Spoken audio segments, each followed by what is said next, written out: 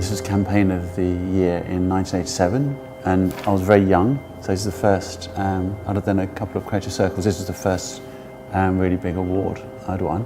And what was great was it was for Midland Bank, which is now HSBC. So it was all about Vector, which was one of the first bank accounts where you paid a fee per month to the bank, and then you're allowed to go overdrawn. And it was essentially the way, one of the first campaigns that took away from the banks being really arrogant and treating us like we were children and putting the power back into the hands of the consumer. I mean, this one, all I want is the overdraft, I can do without the lecture.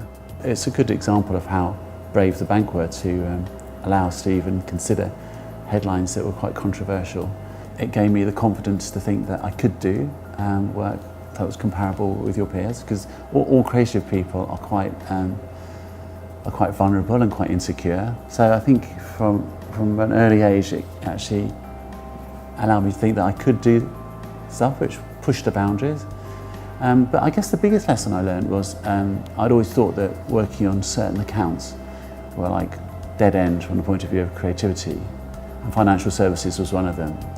But in that short time that I worked in the agency, I realised that every brief is an opportunity to do something that could be elevated to win awards.